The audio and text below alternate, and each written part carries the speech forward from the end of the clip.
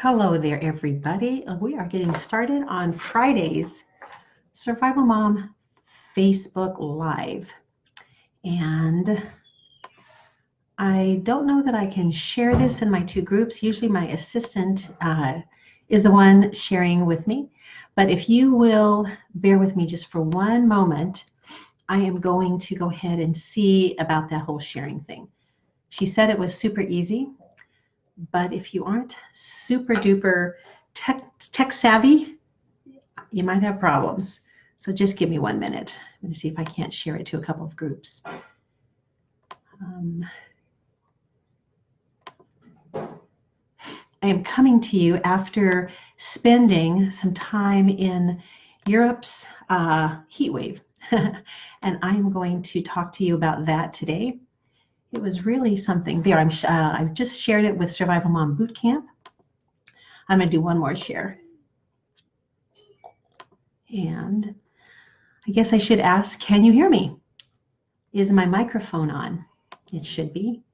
It looks like my speakers are on. It looks like everything is good. So just give me one more second to go ahead and share to the We Are Survival Moms.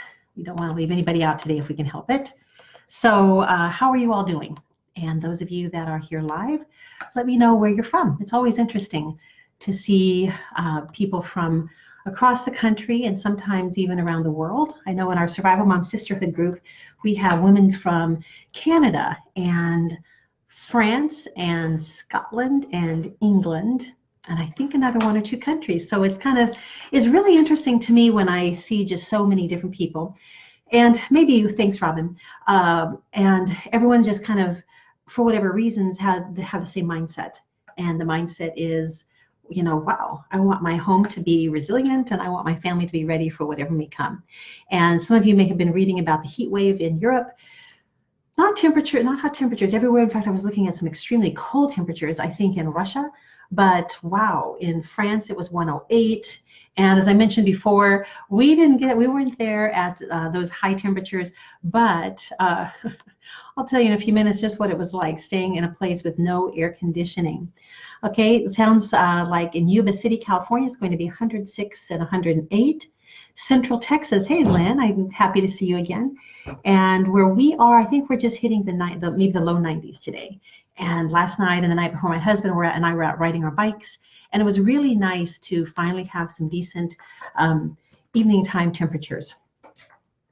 So sometimes with climate change at my age, I have to say, well, is it climate change? You know, is it just a hot day or am I having a hot flash? And sure enough, when we were in London, I was just sweating up a storm.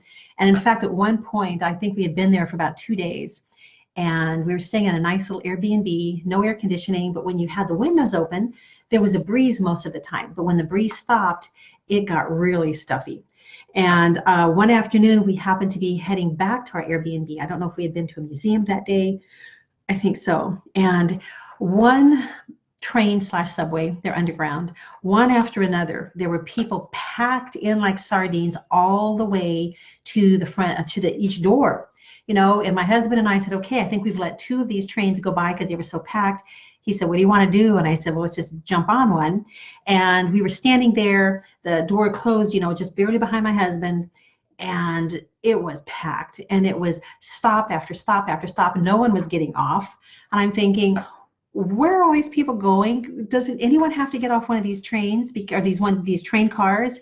And I was dripping, and I asked this younger gal standing across from me, is it always like this? And she said, yeah, it's always like this. So in fact, when we went to the British Museum, no air conditioning. And if you can imagine a massive, massive building, lots of windows, and no air conditioning. In fact, no air really moving at all. We saw the Rosetta Stone. We saw a few highlights, things that we wanted to see, and then we got out of there. I mean, we were I was desperately looking for air conditioning anywhere. And so what was kind of funny is that it reminded me of my new class. Maybe some of you are taking it, the Summer Survival course.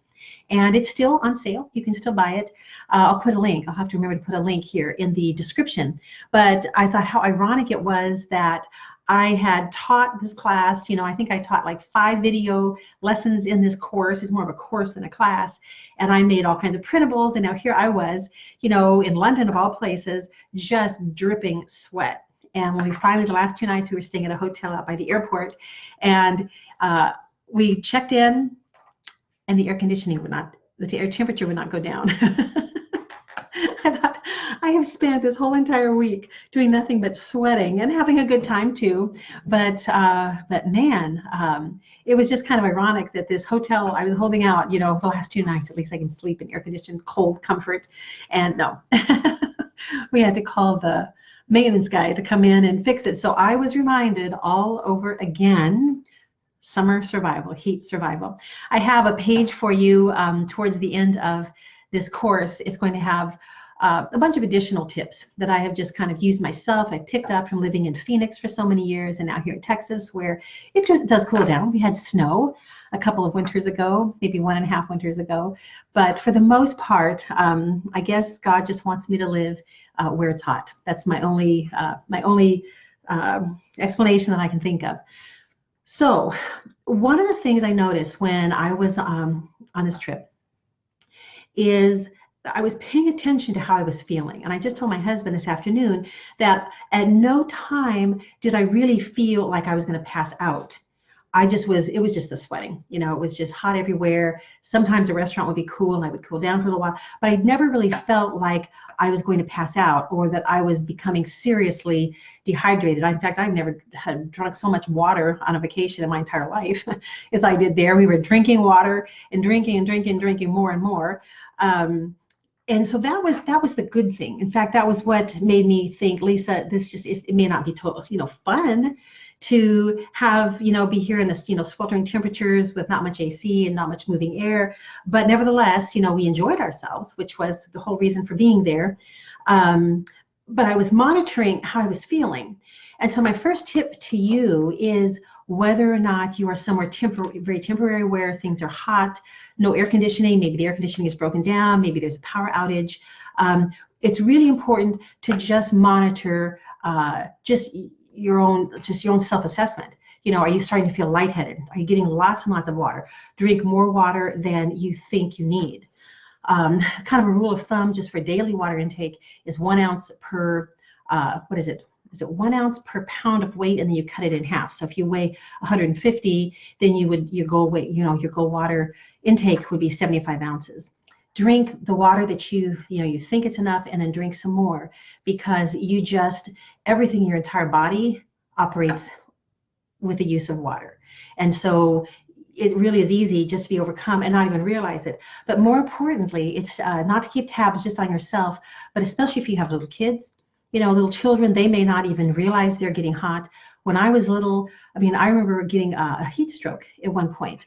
I'd been outside in our pool for so many hours all day long in the sun, the Phoenix hot summer sun, and wow, I had a heat stroke. I remember just being in bed. I had blisters all over me and had a fever. And so little kids, if they may be so intent on having fun, they don't even realize what's happening. So monitor that very, very importantly. And then last night I mentioned my husband and I were bike riding, and at one point we had been riding maybe just for about 20-25 minutes, and I said, honey, I'm actually starting to feel overheated. And that is when you want to just do something right away. And about that time the breeze picked up and I started feeling better. I cooled down. But just keeping tabs on how you're feeling, your water intake, and then making sure that everybody you're responsible for, you're doing the same thing with them. Especially little kids. All right, they just want to have fun. The second tip I have is that if the heat level is bearable, so on our trip, we're going to the British Museum and we're going to the National Gallery, which was amazing to me. I'm a big fan of art. We went to the Tower of London, and the heat was bearable, and it wasn't a threat to my health. And it really helped that we had kind of a plan of action each day. So we're going to stop and have, a coffee and a breakfast. And now we're going to go to this museum for maybe 3 or 4 hours. And so it really helped to have just kind of a sequence that we were going to kind of follow through the day. I highly recommend, if there's ever a time when you have to shelter in place, if there is a scenario like we're talking about today where the air conditioning is out, for example, maybe you're camping and the heat is just terrible. it really helps a lot, just mentally, I think, more than anything, is to have some sort of schedule. And so, for example, let's take a scenario where the air conditioning is out. Maybe you have kids or grandkids at home. You might say, okay, for, this morning we're going to go outside and we're just going to play in the water, whether it's a sprinkler or you're just going to spray the hose at them, or, give them, containers of water to fill up and throw at each other, or pool, whatever it is. And now we're going to come in. Now everybody's wet and they're going to be cooling down in the house, even if there's not a lot of moving air. And now it's going to be time for a snack. And then after snack, it's still fairly cool inside.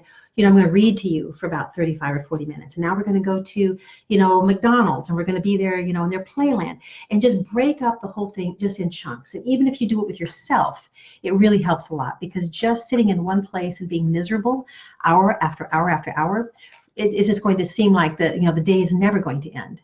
And that is my advice whenever you're stuck in some kind of a scenario. Just force yourself into some kind of a schedule. If it's, I don't know, if everyone's sick or whatever it is, it really helps a lot. The third tip I have is that getting out of that heat, it doesn't have to be expensive. So don't think that you have to go and stay at a hotel unless there's life-threatening situations in particular. It might be just a matter of just everyone going out, getting in the car, and I'm not kidding. I mean, I was a stay-at-home homeschool mom, okay? So everyone going out, getting in the car, turning on the air conditioning, we're just going to sit here for a while, and I'm going to read. I can't tell you how many times I would do that in Phoenix. I would take the kids through a drive-through, we would park, they would eat, and I would read. Back in those days, I think it was Percy Jackson books. We were reading those whole series. So it doesn't have to be expensive, just the cheapest little ice cream cone at McDonald's. And I'm going to read to you for a while. Or, take your, your little electronic game or whatever it is, but it doesn't have to be an expensive thing at all. In fact, you can just think of, just shopping centers and libraries and public pools. Think of all the different places you could go to where you're just going to cool down. And in fact, we found out in our town that our city, we have like a little city center, it's going to be a cooling, what do they call it, a cooling station, I think, for people in the whole area. So, our mayor knows that it gets hot, and now, you can go to these different locations and cool down. So that's not a bad thing. A couple of comments I'm reading. Lindsay says, I can't imagine not having an air conditioning. Yep. But it's amazing and almost shocking at how many different parts of the world and the United States where that is fairly uncommon. So many years ago, I've told this story before, I was in Chicago on business, staying out by the airport. And it was hot, but at one point the speaker, let us know that right now there are, workers up on top of the roof. They're spraying the air conditioning units down just to keep them running. And if you look online, you do a search for Chicago heat wave, might have been 1995, 96, something like that. There were several hundreds of people who died. And a lot of them were elderly, and they didn't have air conditioning. So it is, it's not just, you think, oh, that's just unthinkable, no air conditioning. But there are a lot of surprising number of areas of our country and in Europe, of course, where it's just not that common. Let's see, Robin, that is very cool. We just mentioned that G. Michael Hoff has a brand new book out, and she mentions that it's doing well. And let's see if there's anything else. Someone mentions if there's no air conditioning, do a road trip. There's air conditioning in the car. And Lindsay, you and I kind of think alike, because I was thinking, if nothing else, just get in the car, and maybe for the cost of a half tank of gas, if I lived in Phoenix, in about 2 hours, we could be up in the mountains. And generally it would be a whole lot cooler there. So that isn't bad at all. And Lynn says, it's when I want to sleep that I need cool.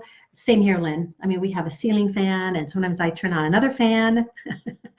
I just sleep better. And Lynn mentions going to the movies. I think that's a great idea. This time of year, especially in the summer, a lot of these movie theaters, they have those, like, what, $1, $2, $3, something like that, $5 little kiddie matinees. And, the whole family can go. And they usually have little inexpensive specials on the popcorn and the soda or whatever. They have like little kid packs. I did pick this up in my travels. We were kind of getting toward the end of our trip, and we were in a drugstore somewhere in London, I think by Trafalgar Square, if I recall correctly. And we were looking around, well, what's different here that we don't have in the United States? And you can buy this on Amazon. But these little things, these little blades. If you're listening to this on a podcast, it's a little tiny portable fan, like a little personal fan. And the little blades are just made out of just something really thin and flexible. You pop them up like this, and it even you can even hang it around your neck. I did not do that. That's a little on the nerdy side, but there you go. I think this might have been maybe $6 or $7. It feels nice. So stay cool during the summer. Get my printable, thesurvivalmom.com/summer tips. Again, thesurvivalmom.com/summer tips. And just go through those. And if you leave a comment, if you get the printable and you try out some of those things, or you have something, a great idea you come up with, let me know. Send me an email or leave it in the comments someplace. If you're watching this on YouTube, you can definitely leave comments in the section there, because we're all about just kind of helping each other. And really, a lot of the things that I've come up with over the years that work for me, I got those ideas from someone else. I didn't invent everything. And then Lindsay says that she bought a fan that hooks into your purse for $5. Yep. You know what? The important thing about the summer heat is just to stay healthy and safe. That really is the big thing. If you're sweating, it may not be fun. It may not be a whole lot of fun, but if you still feel okay and you can kind of get on with it, with your day, it's not life-threatening. But point number 1 was to monitor yourself, monitor how you feel, make sure you get more than enough water. Point number 2 was to have some kind of a schedule, some kind of a routine, just kind of break up the day into smaller chunks so no one's focused on just being miserable. Tip number 3, escaping the heat doesn't have to be expensive. It could just be sitting out in the car for a while until everyone calms down. It could be getting one of these little portable personal fans for just a few bucks. I don't have my larger battery-powered fan, but on Amazon, boy, I think those are $10, something like that. You can get a small battery-powered fan, and those are awesome for power outages and even just keeping in the car, if you ever need something like that and you're out and about. So again, get my free printable, thesurvivalmom.com/summer tips. And I want you to stay cool and safe over the summer. We're a little more than halfway through. Sooner or later, it is going to start cooling down no matter where you live. And at that point, we're going to start talking about keeping warm, I expect. Coming up next week, I have more Facebook Live scheduled for you. And on Monday, I cannot wait for this one. We're going to be talking about foods that were eaten during the Great Depression years. And I even have a quiz for you. And my daughter and I were putting the quiz together, and we had a lot of fun with a scoring component that you will see when you get that. But I want you to all have a good evening, have a great weekend. And I want to thank you for being here. I will be back here again 5-ish or so on Monday afternoon. See you then.